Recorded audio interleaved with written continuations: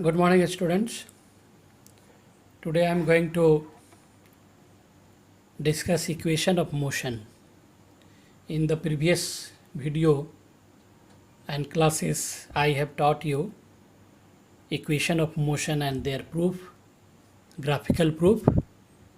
And today I am going to discuss the proof of equation of motion analytically, means mathematical method. How it can be proved mathematically, I am going to explain that thing. So, one by one, we are going to discuss here some important things you have to know. Equation of motion for a moving body with constant acceleration is given by number 1 v is equal to u plus at, number 2 v square is equal to u square plus 2as, number 3 s is equal to ut plus half at square, and number 4 s nth is equal to u plus 2n minus 1 into a by 2. So, where u is the initial velocity of the moving body, v is the final velocity, a is the acceleration of the body, t is the time taken, s nth is the distance covered by the body in nth second, n is also the time. So come to the first equation. I am going to explain one by one how to prove it mathematically. So let us come to proof of the first equation. The first equation is v is equal to u plus at. It is known as first equation of motion.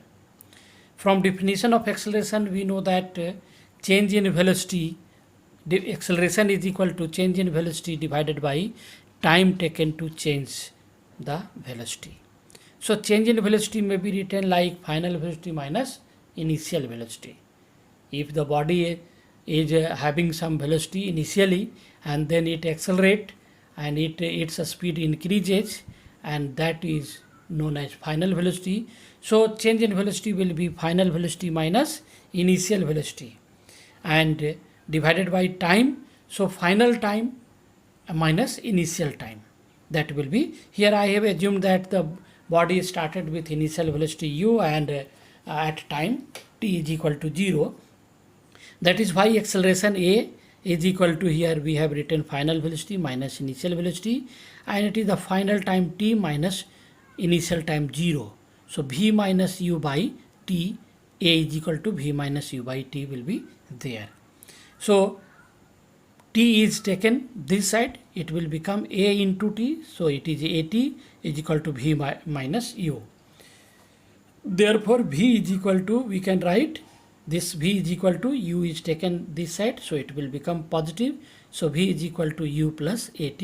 This is the proof of equation number 1. Now come to proof of this equation 2, v square is equal to u square plus 2as. v square is equal to u square plus 2as. We will start here from average velocity. Average means, in mathematics you have learned that average means if you are calculating average of 2, then what you will do, sum of the two quantity divided by number of quantity 2. So here is the initial and final velocity, there are two quantity, so this is the sum of final and initial velocity divided by 2 will give the average velocity. So therefore v average is equal to v plus u by 2. This will be the average velocity. Now come to how we will calculate the distance covered by the body. As velocity is equal to distance by time, therefore distance is equal to velocity into time. So I have written here distance s is equal to velocity into time. Here is average velocity into total time taken. So s is equal to v average into time t is the time taken, and v average has the value v plus u by 2. So s is equal to v plus u by 2 into t. This will be the equation number 1. Now come to the next point. Here is, now v is equal to u plus at. As we know, v is equal to u plus at. Therefore we have to calculate v minus u by a is equal to t. We have calculated the value of time from first equation of motion, and we will substitute it in the above equation number 1. So putting the value of time t in equation 1, we will get equation 1 was s is equal to v plus u by 2 into t. So in place of t, we have substituted v minus u by a here. So it will become a plus b into a minus b. A plus b into a minus b is equal to a square minus b square. We will use this formula for v plus u into v minus u. So it will become v square minus u square. Here 2 into a, 2a. So 2a will be taken this side, it will become 2as, v square is minus u square. So finally we will get v square is equal to u square plus 2s, and the equation second is proved. Similarly, we are going to prove the equation 3, that is s is equal to ut plus half at square. And for this we will again take the distance is equal to average velocity into time taken. In the previous equation we have calculated the value. So we are taking first equation directly here, s is equal to v plus u by 2 into t, and now substituting the value of v is equal to u plus at in place of here v is equal to u plus at from equation first equation of motion. We will substitute this value here. So what we will get, s is equal to, in place of v, u plus at plus u divided by 2 into this time t. Again is equal to, it will be 2u plus at by 2 into time t. So s is equal to, what will happen, t is multiplied here.